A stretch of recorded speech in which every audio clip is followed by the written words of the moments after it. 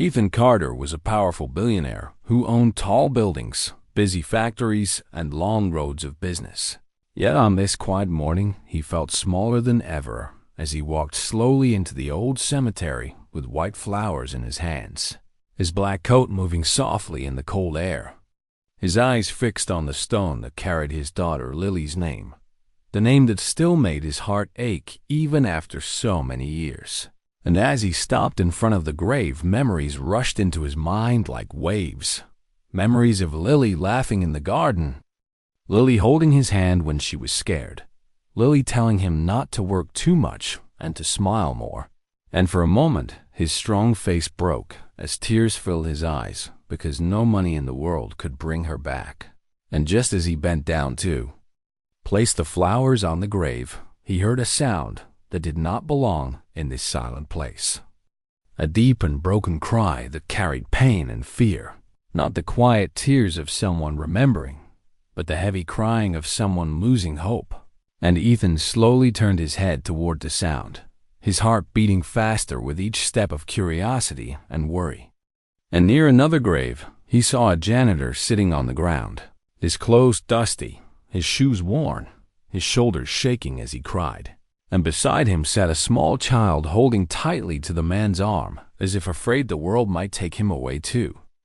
The child's eyes wide and unsure, the child's body small and fragile in the large, empty space of the cemetery. And the janitor whispered again and again that he was sorry and that he had tried his best, his voice breaking as if those words were all he had left. And Ethan felt a strange, cold feeling move through his chest, because he could not understand why such pain was happening here today of all days. And he wondered what kind of trouble had pushed this man to cry like this in front of a child. And he wondered why the child looked so scared, yet so quiet. And then something happened that made his breath stop. The child slowly lifted his face and looked straight at Ethan. And in that single moment, Ethan felt as if time had frozen, because the child's eyes were gentle and bright in a way that felt painfully familiar. The shape of the face, the small curve of the lips, the soft look of curiosity and innocence, all of it reminded him of Lily when she was young, and his heart started beating so hard that he could hear it in his ears, and he felt dizzy as if the ground had moved under his feet. And he whispered softly to himself that it was not possible, and that his mind must be playing tricks on him. Yet the feeling would not leave, and as he took one slow step closer, he noticed how the child kept looking at him without fear, almost as if the child felt some unknown connection. And the janitor suddenly noticed Ethan standing there and quickly tried to wipe his tears, standing up in a nervous way as if he was afraid of being judged or chased away. And he gently pulled the child closer to him and said sorry in a low voice, explaining that they would leave soon and that they did not mean to disturb anyone. And Ethan raised his hand slightly to show that he meant no harm. But his eyes never left the child's face, his mind racing with questions he could not yet ask. And the air between them felt heavy with unspoken stories and hidden pain. And for a few seconds, none of them spoke. Only the soft sound of wind moving through the trees and distant birds breaking the silence. And Ethan felt his chest tighten, as memories of Lily's smile mixed with the child's quiet stare. And he felt a strange pull in his heart, a pull that told him this meeting was not a simple accident. And the janitor shifted his weight nervously, unsure if this rich stranger might complain or call someone, while the child gently touched the janitor's hand as if trying to calm him. And Ethan noticed this small act of care and felt respect rise inside him, because even in fear, this man was protecting the child. And Ethan softly asked if everything was okay, his voice calm but filled with concern. And the janitor hesitated before answering, his eyes lowering to the ground, his voice shaking as he said that life had been hard and that he did not know how he would take care of the child anymore. And Ethan could hear true worry in his voice, the kind of worry that comes from loving someone deeply and feeling powerless. And the child looked up at Ethan again and quietly asked if he was sad too. And those simple words hit Ethan's heart like a quiet storm, because yes, he was sad, deeply sad, but he had not expected a child to see that pain so clearly, and he nodded slowly, feeling his throat tighten, and in that moment something warm passed between them. A shared feeling of loss and loneliness that did not need many words, and Ethan realized that this place, this day, this meeting was shaping into something he could not explain yet. And as he stood there, holding the flowers meant for his daughter, looking at a crying janitor and a mysterious child who felt strangely close to his heart, he felt that the quiet cemetery was no longer just a place of sorrow, but a doorway to a story that was about to change all of their lives. And deep inside his heart, a quiet voice whispered that this meeting was not by chance, and that the truth waiting ahead might bring pain, surprise, and hope all at once.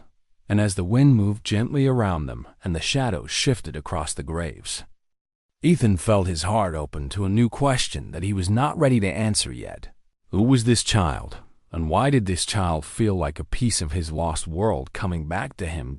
Ethan remained standing near the grave with the white flowers still in his hand, his fingers slowly tightening around the soft stems as if holding on to something that could keep his heart steady. And the image of the child's familiar eyes would not leave his mind, no matter how hard he tried to push the thought away.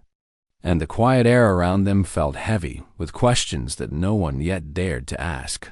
And the janitor shifted his feet nervously while keeping one protective arm around the child, his body language showing both fear and care. And Ethan took a slow breath and tried to calm his racing heart before speaking again, because he knew that whatever he said next could change the mood between them completely. And he gently asked the janitor what his name was, keeping his voice kind and soft so the man would not feel threatened. And the janitor hesitated for a brief moment before answering that his name was Marcus, his eyes still lowered as if he expected judgment from a well-dressed stranger standing in such a place. And Ethan nodded slowly and introduced himself simply as Ethan, leaving out his last name and his wealth because in this moment those things felt unimportant. And the child tilted his head slightly as if trying to study Ethan's face more closely, his curious eyes filled with quiet wonder. And Ethan felt a strange warmth rise in his chest as he met the child's gaze again. And without thinking, he gently asked the child what his name was. And the child answered in a small, clear voice that his name was Noah, holding the janitor's hand tightly as if the touch gave him strength. And the sound of the name stayed in Ethan's ears, soft and calm like a peaceful breeze. And for reasons he could not explain, the name made him smile faintly, even though his heart was still heavy. And Marcus gently cleared his throat and apologized again for crying in public, saying that he did not mean to disturb anyone and that he had just received bad news that morning. And Ethan shook his head and told him that it was all right, and that everyone has moments when their heart feels too full to hold the pain inside. And Marcus looked surprised by the kindness in Ethan's voice, because he was used to people looking down on him or ignoring him completely. And the child Noah continued to stare at Ethan with open curiosity, as if trying to understand why this stranger felt different from others. And Ethan noticed a small scratch on Noah's hand and gently asked if he was hurt.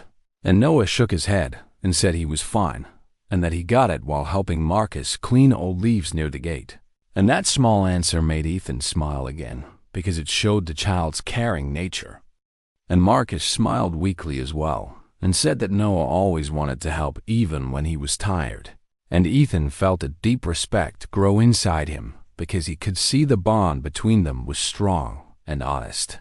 And for a moment the sadness in the cemetery softened into something warmer and more human.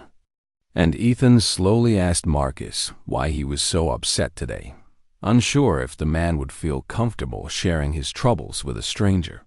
And Marcus took a slow breath and explained that he had just been told his cleaning job might end soon because the company was cutting workers. And he did not know how he would pay for food, rent, and school supplies for Noah. And his voice broke slightly as he admitted that his biggest fear was not being able to give the child a safe life. And Ethan listened quietly without interrupting. his heart tightening because he remembered how Lily used to worry about helping people who struggled, and how she believed that kindness was the strongest form of wealth. And Ethan felt her memory gently guiding his thoughts. And Noah squeezed Marcus's hand and softly said that everything would be okay, and that they would find a way together. And those simple words from such a young child touched Ethan deeply, because they carried more hope than many grown adults could offer. And Ethan slowly knelt down so he was closer to Noah's eye level, careful not to scare him, and he gently asked Noah if he liked coming to the cemetery. And Noah nodded and said that it was quiet and peaceful, and that he liked listening to the birds and watching the sunlight move on the stones. And he said it made him feel calm inside. And Ethan felt surprised because the child spoke with a maturity that felt far beyond his years. And for a brief moment, Ethan could almost imagine Lily saying something very similar when she was young. And this thought made his chest ache again, but also filled him with a strange comfort. And as they talked, Ethan noticed again how closely Noah's eyes matched Lily's eyes in color and shape. And he noticed the small curve of Noah's smile that felt painfully familiar. And he felt a quiet fear inside himself, because he did not want to allow his heart to create false hope or impossible connections. And yet the feeling refused to fade, and Marcus watched the interaction carefully, unsure what to think about this gentle stranger who seemed so interested in the child. But he sensed no danger in Ethan's voice or actions, only honest concern and warmth. And after a few moments, Ethan slowly stood up again and thanked Marcus for sharing his story. And he said that sometimes life brings unexpected help in unexpected places. And Marcus nodded politely, though he did not fully understand what Ethan meant. And the wind blew softly through the trees, causing dry leaves to move across the stone paths. And the quiet sound reminded Ethan how fragile time truly was. And he looked once more at Lily's grave in the distance and felt a sudden strong urge to stay longer in this moment rather than leaving quickly as he had planned. And he realized that something inside him wanted to protect this small connection that had formed between him and these two strangers. And Noah suddenly asked Ethan why he had come to the cemetery, his innocent voice breaking the quiet space. And Ethan paused for a second before answering honestly that he had come to visit his daughter who rested there. And Noah's face softened, and he said he was sorry and that losing someone must hurt a lot. And Ethan nodded slowly and thanked him, feeling touched by the child's kindness. And Marcus gently placed a hand on Noah's shoulder, as if reminding him not to ask too many questions. But Ethan did not mind, because the child's honesty felt pure and healing. And for a brief moment, all three of them stood quietly together, sharing a silent understanding of loss and hope. And Ethan felt a strange calm settle in his heart. And yet, beneath that calm, a quiet mystery continued to grow stronger. Because no matter how he tried to ignore it, he could not stop thinking about how familiar Noah felt to him. And as the sunlight slowly shifted and the day moved forward, Ethan realized that this meeting was far from over, and that their lives had only just begun to touch in ways none of them could yet imagine.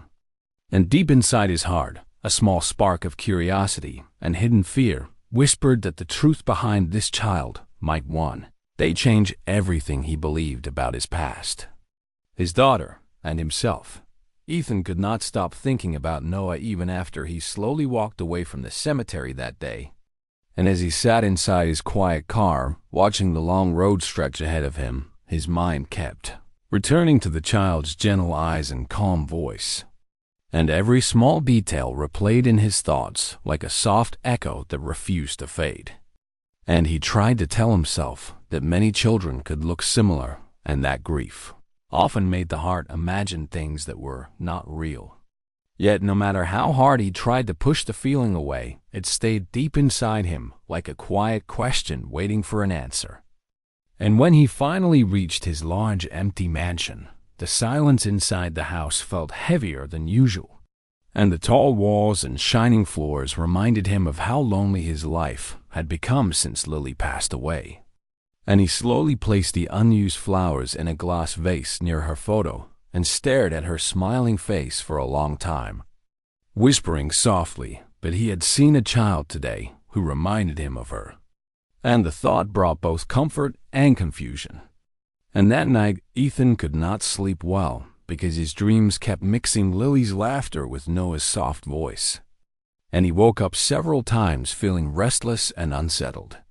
And as the early morning light entered through the windows, he finally made a quiet decision that he could not simply forget this strange meeting and that he needed to understand why his heart felt so strongly pulled toward this child.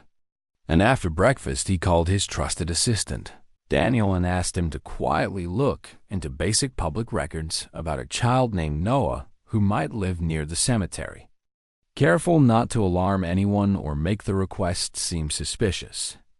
And Daniel agreed, though he sounded slightly surprised by the unusual task. And as Ethan waited for news, he tried to distract himself with work meetings and phone calls.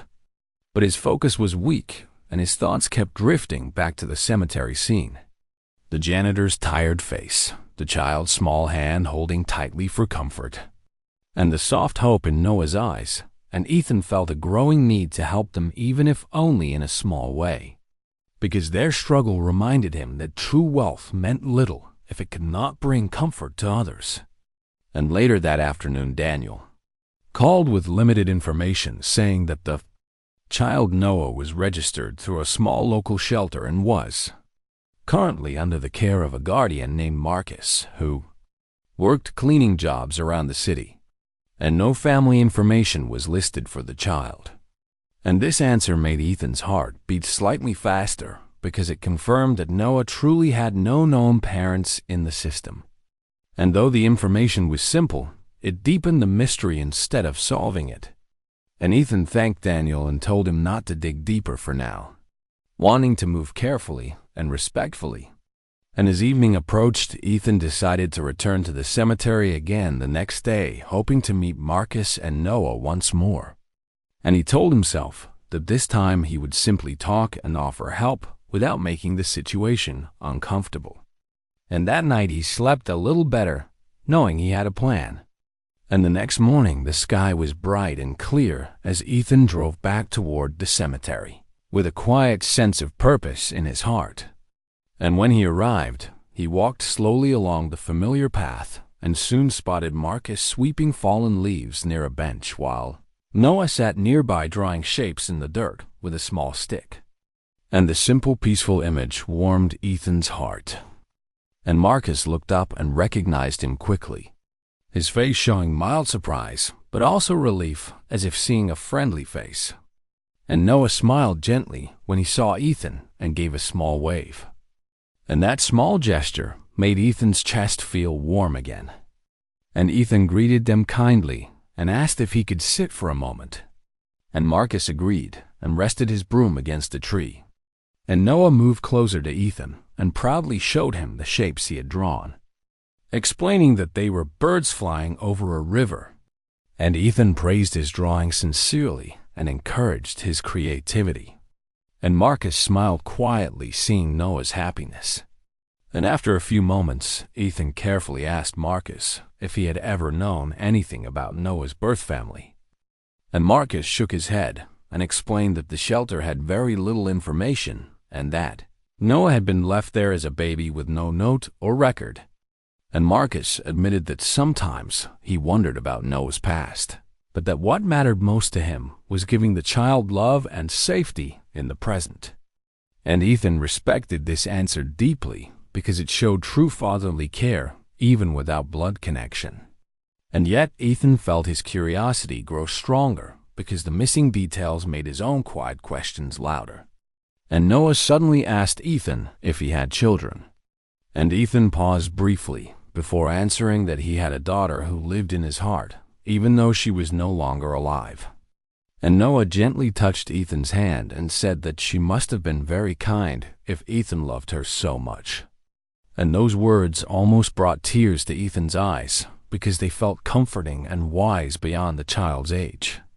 And Marcus watched this exchange with gentle surprise because he could sense a special connection forming between the two. And after spending some more time talking, Ethan carefully offered to help Marcus find better work or extra support for Noah's schooling, explaining that he wanted to help simply because he believed in kindness and community. And Marcus hesitated at first because pride and caution made him unsure about accepting help from a stranger. But Ethan's calm, honest tone slowly eased his worry, and Marcus finally agreed to consider the offer, thanking Ethan sincerely. And as they prepared to part ways, Ethan felt a stronger pull inside his heart, telling him that his connection to Noah was not just kindness but something deeper that he still could not explain. And as he walked back toward his car, Ethan's eyes briefly returned Lily's grave, and he felt a quiet promise forming inside him that he would continue to protect and understand this unexpected bond. And later that evening, as Ethan sat alone in his study, he opened an old photo album filled with pictures of Lily as a child.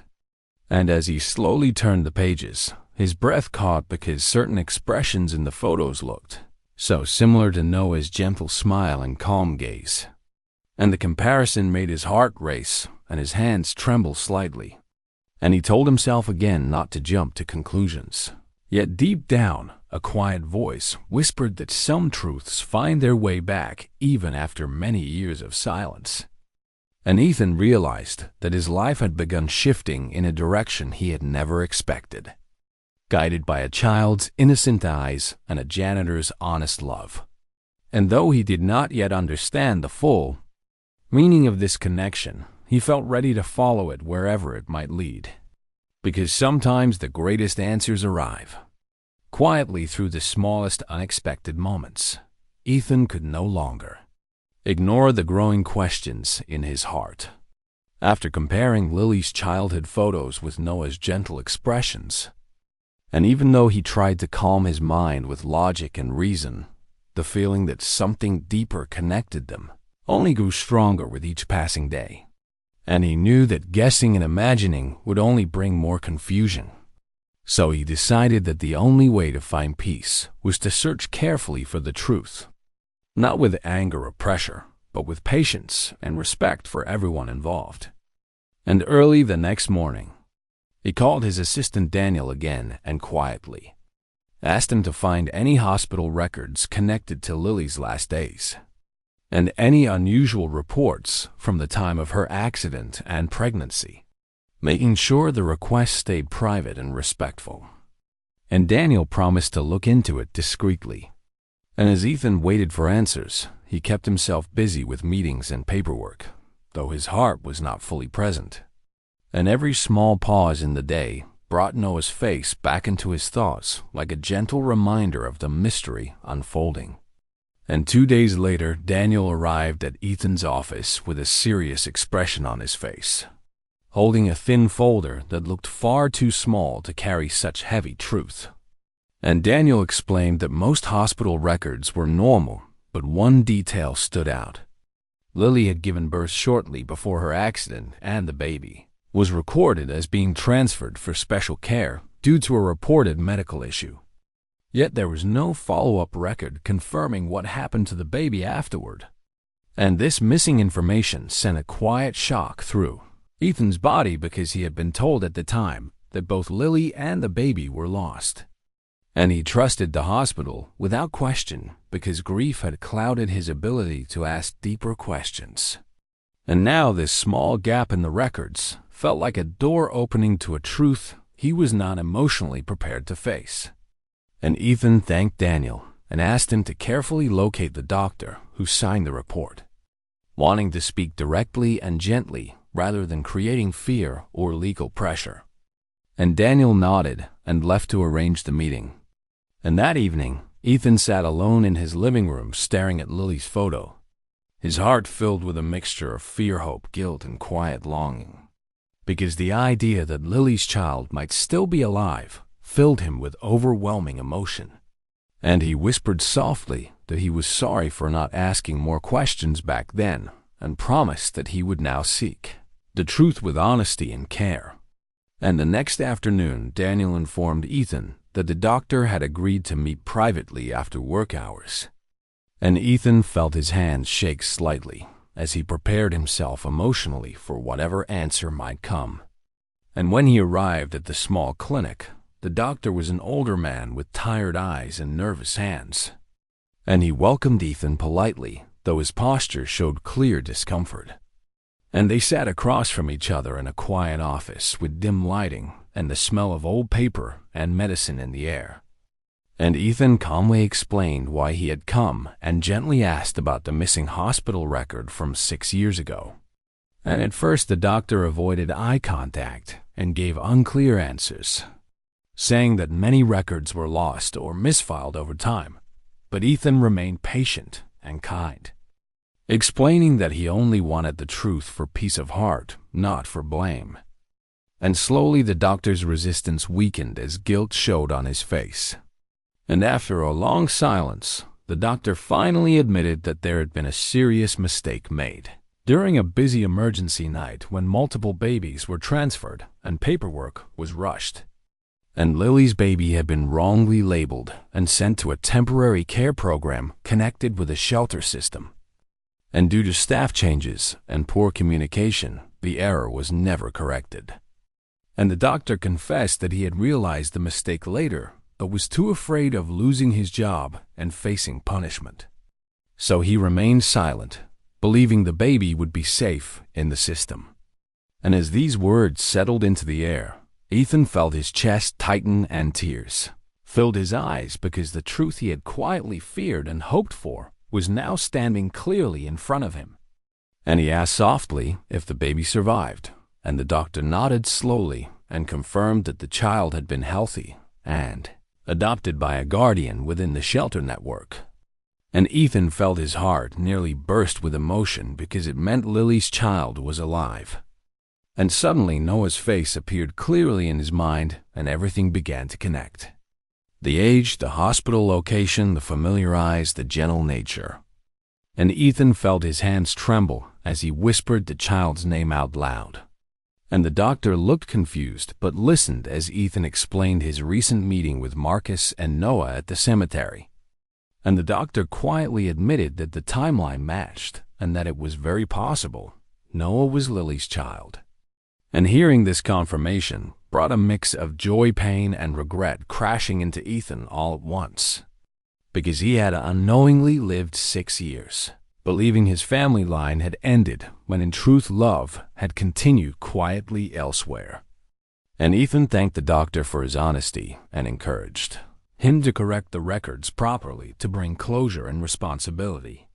And as Ethan left the clinic, the evening sky looked softer than usual, as if the world itself was offering gentle comfort. And he sat in his car for several minutes, allowing tears to fall freely without shame, because the weight of years of sorrow was finally shifting into something hopeful. And yet he also felt fear, because he knew this truth would change lives and needed to be handled with great care and kindness. And as he drove home, Ethan planned carefully how to approach Marcus and Noah without causing pain, confusion, or fear. Because Marcus had been a true father to Noah and deserved respect and gratitude, not sudden removal or pressure. And Ethan promised himself that he would honor the love Marcus had given and would never break that bond. And later that night, Ethan stood again in front of Lily's photo and whispered softly that her child was alive and safe and loved. And he felt a quiet warmth spread through his heart for the first time since her passing. And although many difficult conversations still waited ahead, Ethan felt ready to walk this new path with honesty, patience, and compassion, knowing that truth, when guided by love, can heal even the deepest wounds. Ethan spent the entire night thinking carefully about how to speak with Marcus and Noah, because even though his heart was filled with hope and joy, he also understood that sudden truth could bring fear, confusion, and pain if not shared gently. and he did not want to break the beautiful bond Marcus had built with Noah through years of love and sacrifice. And as the morning light slowly filled his bedroom, Ethan made a quiet promise to himself that whatever happened, he would place the child's happiness above his own emotions. And after breakfast, he called Marcus and asked if they could meet somewhere peaceful to talk, making sure his voice sounded calm and friendly so Marcus would not feel alarmed. And Marcus agreed, though he sounded slightly curious about the unexpected request. And they decided to meet at a small park, not far from the cemetery, where children often played and birds sang softly in the trees. And when Ethan arrived, he saw Marcus sitting on a bench with Noah beside him, feeding small crumbs of bread to the birds. And the peaceful image made Ethan smile gently, because it reminded him how simple joy could still exist in the world. And Noah ran toward Ethan with a happy wave when he noticed him, and Marcus stood politely and greeted Ethan warmly, and they sat together while Noah continued watching the birds nearby. And for a few moments they spoke casually about the weather and the quiet beauty of the park, allowing the tension to slowly soften before deeper words were spoken. And Ethan took a slow breath and told Marcus that he had something important and emotional to share. And Marcus's posture straightened slightly as he sensed the seriousness in Ethan's tone. And Ethan carefully explained how he had looked into old hospital records connected to his daughter Lily, and how he discovered that a mistake had been made during her final days. And as Ethan spoke, Marcus listened quietly, his face showing growing confusion and concern. And Ethan gently continued explaining that Lily had given birth before her accident, and that the baby had been mistakenly transferred into the shelter system. And Marcus's eyes widened slightly as the meaning slowly began to settle into his mind. And Ethan paused for a moment to allow the weight of the words to breathe, then softly said that he believed Noah was Lily's child and his own grandson. And the world seemed to pause between them as silence filled the air. And Marcus's expression shifted through shocked disbelief and deep emotion all at once. And he looked toward Noah, who was still smiling and chasing a small bird near the bench. And Marcus's hands trembled slightly as he tried to understand what this meant for the child he loved as his own son. And Ethan quickly reassured Marcus that he was not there to take Noah away or break their bond, and that Marcus's love and care would always be honored and respected. And Marcus slowly sat back down, processing the information while his eyes filled with quiet tears. And after a long pause, Marcus asked in a soft, trembling voice if Ethan was certain. And Ethan nodded gently and explained how the doctor confirmed the timeline and how the similarities between Noah and Lily became impossible to ignore. And Marcus took a deep breath and rubbed his hands together nervously. And he admitted that he had always wondered where Noah truly came from, but never imagined something like this. And he whispered that all he ever wanted was for Noah to be safe, loved, and happy. And Ethan's eyes filled with emotion as he thanked Marcus sincerely for giving Noah a loving home and a kind heart. And he told Marcus that without his care, Noah might not have grown into such a gentle and hopeful child. And Marcus nodded slowly and wiped his tears. And they both looked toward Noah, who suddenly ran back toward them, holding a small feather proudly as if it were a treasure. And Noah smiled brightly and showed it to both of them. And in that moment, Ethan felt deep gratitude that this child was surrounded by love from more than one heart. And Marcus gently placed his hand on Noah's shoulder and asked if he wanted some water. And Noah nodded happily and sat between the two men sipping from his bottle, unaware of the emotional storm that had just passed around him. And Ethan realized that timing and care would be very important in how the truth was eventually shared with Noah in the future. And Marcus slowly spoke again, saying that if Noah truly had a grandfather who loved him, then that was a blessing, not a threat. But he feared that Noah might feel confused or scared if everything changed too quickly.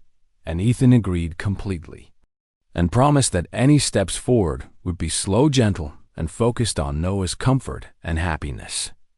And he suggested that they spend more time together as friends first, so Noah could naturally grow comfortable with Ethan without pressure or fear. And Marcus appreciated this thoughtful approach and agreed that building trust slowly was best. And as the afternoon sunlight warmed the park and children's laughter echoed in the distance, the heavy conversation slowly softened into quiet understanding and mutual respect. And Ethan offered to help Marcus with better housing work stability and educational support for Noah, not as payment or control, but as family support. And Marcus accepted the offer with gratitude because he knew it would provide Noah with greater safety and opportunity. And the three of them spent the rest of the afternoon walking slowly through the park, sharing simple stories and laughter. And Noah happily held both their hands at different moments, as if naturally accepting them both in his small world. And Ethan felt tears rise quietly in his eyes because he could sense Lily's presence in this gentle joy. And Marcus felt relief, knowing that Noah would be surrounded by even more care rather than separation. And as the sun began to lower, Ethan promised Marcus that he would always respect his role in Noah's life, and that they would walk this journey together as one family built on love, not fear. And Marcus smiled with tired but hopeful eyes and thanked Ethan for his honesty, kindness, and patience. And as they parted ways that evening, Ethan felt a deep, peaceful warmth inside his heart, knowing that truth had brought connection rather than destruction.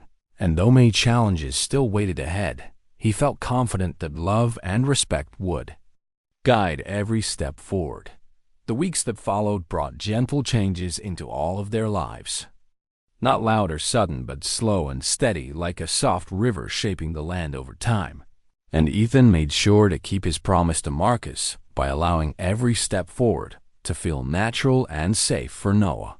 And instead of rushing into grand gestures or overwhelming attention, Ethan simply began visiting the park and cemetery regularly.